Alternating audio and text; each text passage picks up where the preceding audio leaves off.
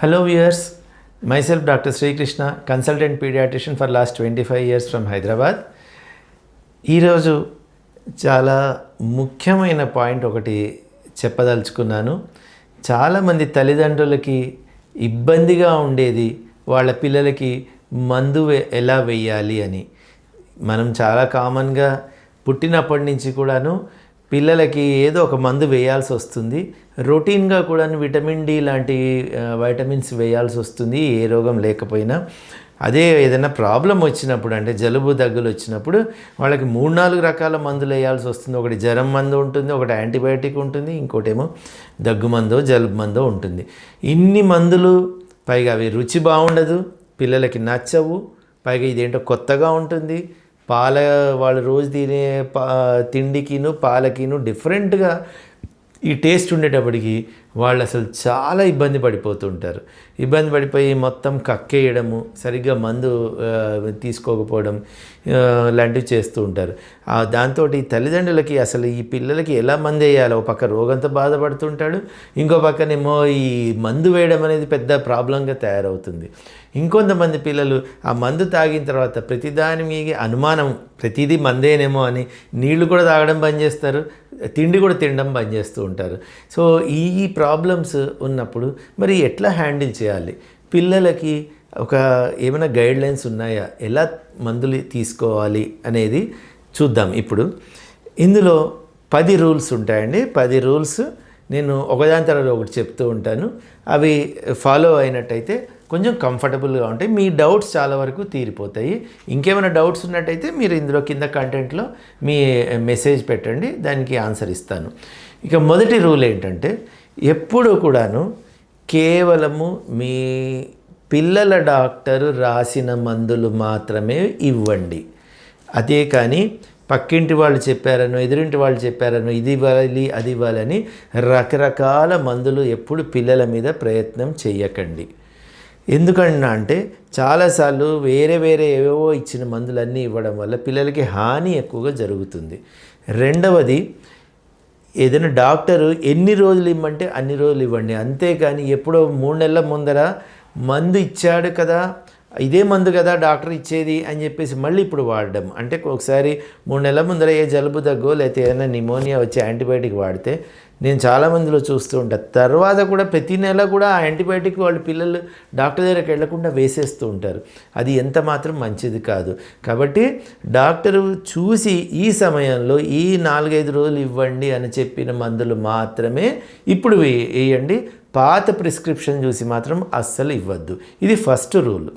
రెండవది, ఏదైనా ఒక మందు తీసుకున్నప్పుడు డాక్టర్ చెప్పిన మందు మెడికల్ షాప్లో మీరు తీసుకుంటారు కదా, ఆ మెడికల్ షాప్లో తీసుకున్నప్పుడు దాని మీద స్ట్రెంగ్త్ ఎంత ఉంది అనేది చూడండి. అంటే ఇప్పుడు ఉదాహరణకి మనము ఒక మందు రకరకాల స్ట్రెంగ్త్లలో దొరుకుతుందండి. లైక్ ఇప్పుడు ఒక ఎగ్జాంపుల్గా మీకు పారాసిటమాల్ అనేది మనం పిల్లల తరచూ జ్వరానికి ఇస్తూ ఉంటాము. ఈ పారాసిటమాల్ అనే మందు డ్రాప్స్ లాగా కూడా దొరుకుతుంది. అది డ్రాప్స్ ఇట్లా డ్రాపర్ తోటి ఇవ్వాల్సింది ఉంటుంది. ఈ డ్రాప్స్ లాగా ఇచ్చే దాంట్లో కూడా స్ట్రెంగ్త్లో తేడా ఉంటుంది. అది 1 ml 100 mgగా ఉంటుంది. అదే సిరప్ లాగా ఇచ్చేవి కూడా ఉంటాయి. ఆ సిరప్ లాగా ఇచ్చేవి కూడాను ప్రతి 5 ml అంటే 5 ml అంటే ఇట్లా మూత మీద లెక్క గుర్తుంటుంది. ఈ 5 mlలో 100 mg లేదా 120 mg మందు ఉండొచ్చు, లేదా 250 mg మందు ఉండొచ్చు, లేదా 500 mg అనే మందు ఉండొచ్చు. అంటే ప్రతి 5 mlలో రకరకాల స్ట్రెంగ్తులు కూడా ఇప్పుడు దొరుకుతున్నాయి. ఒకటే మందు కావచ్చు, అది జ్వరం మందు పారాసిటమాలే కావచ్చు, కానీ అందులో కూడాను 125 mg దొరుకుతుంది, 250 mg దొరుకుతుంది, 500 mg కూడా దొరుకుతున్నది. అంటే ప్రతి 5 mlలో మనం అది చూడకుండా కేవలం పైన లేబుల్ మాత్రమే చూసి ఏదోలే అని చెప్పి ఇచ్చినట్టయితే ఐదర్ డోస్ ఎక్కువన్నా అవుతుంది లేదా మరీ తక్కువన్నా అవుతుంది. డోస్ తక్కువైనప్పుడు మనం అనుకున్న రిజల్ట్ రాదు, డోస్ ఎక్కువైనప్పుడు దానికి తగిన సైడ్ ఎఫెక్ట్స్ వస్తాయి. కాబట్టి ఎప్పుడు కూడాను డాక్టర్ ఏం మందు రాశారు చూసి ఆ మందు ఉన్న స్ట్రెంగ్త్ మాత్రమే ఇస్తున్నామా లేదా అనేది చెక్ చేసుకోవడం చాలా ముఖ్యము. ఇకపోతే మూడవది, ఎప్పుడు కూడా ఎక్స్పైరీ డేట్ చూడండి. ఏ మందు తీసుకున్నా కూడాను ఎక్స్పైరీ డేట్ చూడండి. ఆ మందుని ఆ ఎక్స్పైరీ డేట్ లోపలే వాడేయడం ఎప్పుడు మంచిది. ఇంకొక ముఖ్యమైన పాయింట్ ఏంటంటే ఇప్పుడు నెల 2 నెలల ముందర ఆ మందు బాటిల్ ఓపెన్ చేసి ఉంటారు. ఎక్స్పైరీ డేట్ ఉంది కదా అని చెప్పేసి అది వాడుతూ ఉంటారు. నెల తర్వాత పారాసిటమాల్ కానీ లేదా యాంటీబయాటిక్ కానీ ఇది ఎంత మాత్రం మంచిది కాదు. జనరల్గా మనం ఒకసారి ఓపెన్ చేసిన తర్వాత 5-6 రోజుల లోపల అది వాడేయడం మంచిది. కొన్ని మందులు లైక్ అంటే ఫిట్స్ మందులు కానీ లేదా ఈ బి కాంప్లెక్స్ మందులు మాత్రమే కొన్ని ఎక్కువ రోజులు వాడచ్చు. కానీ జనరల్గా అయితే ఏ మందులైనా కూడా 5-6 రోజుల లోపల వాడండి. ఆ తర్వాత వాటిని పడేయడమే కరెక్ట్. ఎందుకంటే అలా నిలవ ఉన్న మందుల్లో కూడాను కెమికల్ చేంజెస్ వస్తూ ఉంటాయి. కాబట్టి అది ఎక్స్పైరీ డేట్ అనేది చూసుకుంటూ ఉండండి.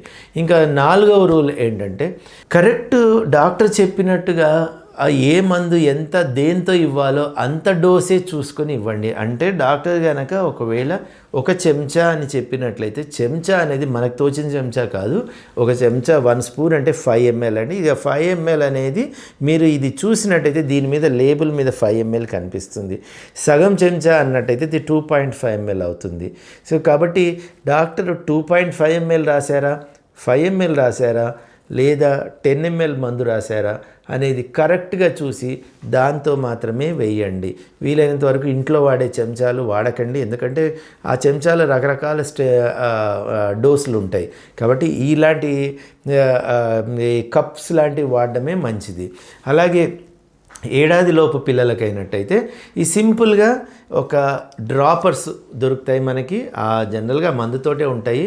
ఆ డ్రాపర్ మీద కూడాను మీరు ఇక్కడ 0.25 ml 0.5 ml 1 ml అని ఉంటాయి. ఇవి చూసుకొని డాక్టర్ ఎంత చెప్పాడో కరెక్ట్గా అంతే డోస్ తీసుకొని ఇవ్వండి. ఏడాదిలోపు పిల్లలకి డ్రాపర్లు మంచివి. లేదా కొంతమందికి ఇట్లా సిరంజ్ కూడా వాడవచ్చు. నీడిల్ తీసేసి ఈ కేవలం కావాల్సినంత మందుని మనం ఆ మందు సిరంజ్ నుంచి తీసుకొని వాడచ్చు, అది ఇవ్వవచ్చు. లేదా ఏడాది దాటిన పిల్లలకి మాత్రం ఇలాంటి కప్స్ వాడండి. కాబట్టి డాక్టర్ ఏది చెప్పాడని చూసుకొని దాన్ని బట్టి మాత్రమే వాడండి. కొంచెం 10 ఏళ్ళు దాటిన పిల్లలకి ట్యాబ్లెట్లు వేసేయవచ్చు. కొన్ని ఈ మధ్య కాలంలో ట్యాబ్లెట్లనే కరిగించి వేసే ఉంటాయి. వాటి వల్ల ఫిక్స్డ్ డోస్ ఉంటుంది. కాబట్టి ఆ ఫిక్స్డ్ డోసు ఉన్న ట్యాబ్లెట్లు కూడా తీసుకుని మనం పిల్లలకి వేయవచ్చును. తర్వాత ఏ మందైనా కూడాను ఇచ్చే ముందర బాగా షేక్ చేయండి. చాలా వరకు మందు అడుగున ఇట్లా దిగిపోయి ఉంటుంది. ఈ సస్పెన్షన్ అంటాము. సస్పెన్షన్ ముఖ్యంగా యాంటీబయాటిక్స్ విషయంలో ఆ మందు అడుగున దిగిపోయి ఉంటుంది. పైన నీళ్ళలాగా పల్చడి ద్రవం ఉంటుంది. మనం చూసుకోకుండా అదే వేసినట్టయితే సరైన మందు వెళ్ళదు. కాబట్టి వాడే ప్రతిసారి కూడా మందుని బాగా షేక్ చేయండి. దాని ద్వారానే మీకు సరైన మందు సరైన డోసు పిల్లలకి వెళ్తున్నది. ఇంకపోతే 6వ రూల్ ఏంటంటే చాలామంది పిల్లలకి ఈ మందు టేస్ట్ ఇష్టం లేదండి, మరి దీన్ని ఏదైనా పాలతో పాటిస్తాము, తేనెతోటి ఇస్తాము, ఫ్రూట్ జ్యూస్లో కలిపిస్తామండి అంటుంటారు. ఇది ఎంత మాత్రం మంచిది కాదు. ఎందుకంటే ఈ మందుకు ఉండే కెమికల్ ఈ పాలతో కానీ లేదా ఫ్రూట్ జ్యూస్తో కానీ లేకపోతే ఈ హనీలో ఉండే కెమికల్స్ కలిసిపోయి ఒక్కోసారి ఆ మందు పవర్ అంతా మొత్తం పోవచ్చు. కాబట్టి అలాంటి పని ఎప్పుడు చేయకండి. మరి పిల్లలు ఇంత చిక్కగా ఉండి తాగట్లేదు అన్నట్టు ఒక పని చేయొచ్చు. మీరు ఎంత డోసు డాక్టర్ చెప్పాడో లైక్ 5 ml తీసుకుంటే ఇంకొక 5 ml దాన్ని ఫ్రెష్ తాగే నీళ్లతో కలపచ్చు. అంటే ఇంకొక చెంచా ఫ్రెష్ నీళ్లతో కలిపి అది కూడా మొత్తం తాగేలా చూడండి. అందులో మళ్ళీ 5 ml అని కాదు, ఈ 5 ml మందుకి ఇంకొక 5 ml నీళ్లు కలిపి మొత్తం 10 ml పిల్లలు తాగేలా చూడండి. రెండోది, పిల్లలు చాలామందికి మందు తాగిన తర్వాత ఆ టేస్ట్ నచ్చదు. కాబట్టి వెంటనే కొన్ని మంచినీళ్ళు తాగించండి, ఏం పర్వాలేదు. కొన్ని 2-3 చెంచాలు నీళ్లు తాగించడం వల్ల నాలుక మీద ఆ టేస్ట్ ఉండకుండా ఉంటుంది, వాళ్ళు కంఫర్టబుల్గా ఉంటారు. ఇంకపోతే ఇంకొంతమంది ఈ మందు చాలాసార్లు దీనికి అతుక్కుపోయి ఉంటుంది. సో వాళ్ళు కొంచెం ఏదో రకంగా పిల్లలకి ఇలా పోసేస్తూ ఉంటారు. అది ఎప్పుడు పోసిన తర్వాత కూడా ఇందులో మందు ఉంటుంది. అంటే మీరు కరెక్ట్ డోస్ తీసుకున్న అందులో 5 ml మందు తీసుకుంటే అందులో దాదాపు 2 ml ఇందులోనే ఉండిపోతుంది. మరి మందు పూర్తి డోస్ ఇచ్చినట్టు కాదు కదా. కాబట్టి ఆ పూర్తి మందు పిల్లలకి వెళ్ళేటట్టు చూడండి. మరి ఎట్లా పట్టుకొని ఇవ్వాల్సి ఉంటుంది ఇలాంటప్పుడు చాలాసార్లు పిల్లల్ని ఇట్లా ఒళ్ళో కూర్చోబెట్టుకొని తల కొంచెం ఎత్తుగా పెట్టండి. ఈ తల ఎత్తుగా పెట్టి వాళ్ళకి ఈ డ్రాపర్ తోటి మందు ఇచ్చేలా చూడండి. అది కూడా ఒక సైడ్ నుంచి ఇచ్చినట్టు అయితే నాలుక సైడ్ నుంచి ఇచ్చినట్టయితే చుక్క చుక్క వేస్తూ ఉండండి మందుని. దానివల్ల వాళ్ళకి అలా తాగుతూ ఉంటారు, మెల్లిమెల్లిగా తాగేటట్టు చూడండి. అంతేగాని చాలామంది చేసే పెద్ద పొరపాటు ఏంటంటే ఏదో వీడిని పట్టుకోవడమే చాలా కష్టంగా ఉంది, ఏదో మందు ఏదో ఇలా వేసేద్దామని చెప్పేసి డైరెక్ట్ గొంతులో పోస్తుంటారు. ఎప్పుడైతే గొంతు డైరెక్ట్ మందు దిగుతుందో ఇక్కడ ఈ రిఫ్లెక్స్ యాక్షన్ అంటారు. గొంతు చాలా సున్నితమైన భాగం, అంటే వెనకాల భాగం గొంతులో అది చాలా సున్నితమైన భాగము.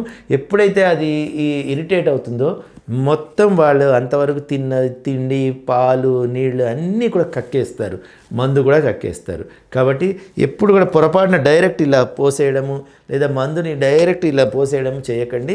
పిల్లల్ని పూర్తిగా ఇలా వెలికిలా పడుకోబెట్టి, కొంతమంది అయితే కాళ్ళ మీద పడుకోబెట్టేసి బలవంతంగా పోస్తుంటారు, అది మంచిది కాదు. పిల్లల్ని వీలైనంత వరకు ఇట్లా వాళ్ళని ఇట్లా కూర్చోబెట్టి, స్లాంట్ కూర్చోబెట్టి మెల్లిగా ఏవో కబుర్లు చెప్తూ అదేంటి ఇదేంటి నాన్న అనుకుంటూ ఇట్లా మాట్లాడుతూ మెల్లిగా స్లైడ్గా పక్క నుంచి చూస్తుంటే వాళ్ళ అటెన్షన్ మీ మీద ఉంటుంది, తల్లిదండ్రుల మీద ఉంటుంది, ఏదో సౌండ్ మీద ఉంటుంది. అప్పుడు మెల్లిమెల్లిగా మందు తాగించేటట్టు చూడండి. అంతేగాని డైరెక్ట్గా మాత్రం ఎప్పుడు పొరపాటున కూడా వేయకండి. ఒక్కోసారి దానివల్ల వాళ్ళకి సడన్గా వేరే సీరియస్ అయ్యే ఛాన్స్ కూడా ఉంటుంది. మరి ఇప్పుడు వాంతి చేస్తే ఏం చేయాలి అనే డౌట్ వస్తూ ఉంటుంది. సో పిల్లలు ఎప్పుడైనా ఏదైనా మందు కనుక పోసిన తర్వాత వాంతి చేస్తే మొదటి 10 నిమిషాల్లో కనుక వాంతి చేసినట్లయితే మళ్ళీ ఆ మందు వాళ్ళతో తాగించవచ్చు, పర్వాలేదు. మొత్తం అంతకుముందు ఎంత డోసు ఇచ్చామో అంత డోసు మొత్తం తాగించవచ్చు. అయితే ఒక 10 నిమిషాలు ఆగండి, అంటే వాంతి చేసిన తర్వాత ఒక 10 నిమిషాలు ఈలోగా కొంచెం సిప్స్ ఆఫ్ వాటర్ ఇవ్వచ్చు మీరు. మెల్లిగా నీళ్లు తాగాక గొంతు కొంచెం క్లియర్ అవుతుంది. అప్పుడు మళ్ళీ మొత్తం మందు తాగించండి. అంటే మనం 5 ml చెప్తే 5 ml, 2.5 ml చెప్తే 2.5 ml మొత్తం తాగించండి. అలాగే ఒక వాంతి ఒక హాఫ్ అన్ అవర్ తర్వాత అయిందనుకోండి, అంటే మందు తాగించిన హాఫ్ అన్ అవర్ తర్వాత, అరగంట తర్వాత అయినట్లయితే అప్పుడు మాత్రం మీరు మందు రిపీట్ చేయాల్సిన అవసరం లేదు. ఎందుకంటే ఆ టైంకి కడుపులోకి వెళ్ళిపోయి అది అరిగిపోయి ఉంటుంది. అలాంటప్పుడు తర్వాత ఫుడ్ వల్ల, ఆహారం వల్ల ఏదైనా వాంతి అయినా కూడాను పెద్ద ఇబ్బంది ఏమి ఉండదు. అంటే నేను ఐఎమ్ రిపీటింగ్ ఇట్ అగైన్. అంటే మొదటి 10 నిమిషాలు మందు వేసిన 10 నిమిషాల్లో పిల్లలకి కనుక వాంతి అయినట్లయితే మళ్ళీ తాగించండి, మొత్తం డోస్ తాగించండి. అలా కాకుండా ఎప్పుడో ఒక అరగంట తర్వాత కానీ ఎప్పుడైనా వాంతి అయింది అనిపించినట్టయితే మీరు మళ్ళీ మందుని రిపీట్ చేయాల్సిన అవసరం లేనే లేదు. ఇంకా ఆఖరిగా 10వ పాయింట్ ముఖ్యమైనది ఏంటి అంటే, ఏ మందు అయినా కూడాను స్టోర్ ప్రాపర్లీ. అంటే ఆ మందు తాగించడం అయిన తర్వాత చాలామంది ఆ మందు చుట్టూ కూడాను ఆ మందు పేరుకొని పోయి చిక్కగా జిగురుగా ఉండిపోతూ ఉంటుంది. దాన్ని ఎక్కడో పెడుతూ ఉంటారు, దాని చుట్టూ చీమలు అవన్నీ కూడా ఉంటాయి, దోమలు లాంటివి కూడా వాలుతూ ఉంటాయి. అది కరెక్ట్ కాదు. ఎప్పుడు కూడా మందు బాటిల్ శుభ్రం చేసి పైన తర్వాత దాన్ని సరైన ప్లేస్లో పెట్టండి. బాగా ఎండ తగలకూడదు, వేడిగా ఉన్న ప్లేస్లో కాకుండా కొంచెం చల్లగా ఉన్న ప్లేస్లో పెట్టండి. అలాగే దాని మీద ఇన్స్ట్రక్షన్ చదవండి, ఎంత టెంపరేచర్లో పెట్టచ్చు అనేది. కొన్ని మందులు ఫ్రిడ్జ్లో పెట్టమని అంటారు, కొన్ని యాంటీబయాటిక్ మందులు ఈ పౌడర్ కలిపినవి ఫ్రిడ్జ్లో పెట్టవచ్చును. అది కూడా ఈ సైడ్ వాల్లో, అంటే డోర్లో పెట్టచ్చు, కాస్త చల్లగా ఉంటాయి. లేకపోతే మాత్రం మామూలుగా అయితే మన ఇంట్లోనే కాస్త చల్లగా ఉండే ప్రదేశంలో, ఎండ ఎక్కువగా వేడి ఎక్కువగా లేని ప్రదేశంలో ఆ మందుని సరిగ్గా స్టోర్ చేయండి. ఆ స్టోర్ చేసి వీలైనంత వరకు వాళ్ళు ఆ మందు ఇచ్చిన బాక్స్లోనే పెట్టేసి ఉంచండి, లేదా మీరు సపరేట్ బాక్స్లో పెట్టి ఉంచండి. సో దట్ ఈ చీమలు, దోమలు ఇలాంటివన్నీ కూడా దానికి తగలకుండా ఉంటాయి. అలాగే ఆ మందు అంతా కారిపోయి పైన కింద కాకుండా ఉంటుంది. కాబట్టి మీరు నేను చెప్పిన ఈ 10 రూల్స్ కనుక సరిగ్గా పాటించినట్టయితే మీరు కరెక్ట్ ఆ మందు పిల్లలకి ఇచ్చినట్టు ఉంటుంది, ప్లస్ ఆ మందుకి ఇచ్చిన ఫలితం కూడా మీకు సరిగ్గా అందుతుంది. మీకు ఇంకేమైనా డౌట్లు ఉన్నట్టయితే వీటి విషయంలో మీరు మళ్ళీ ఈ మెసేజెస్ ఏమైనా పెట్టండి కింద, వాటిల్లో ఆ మెసేజెస్ బట్టి నేను ఇంకా ఆన్సర్ చేస్తాను.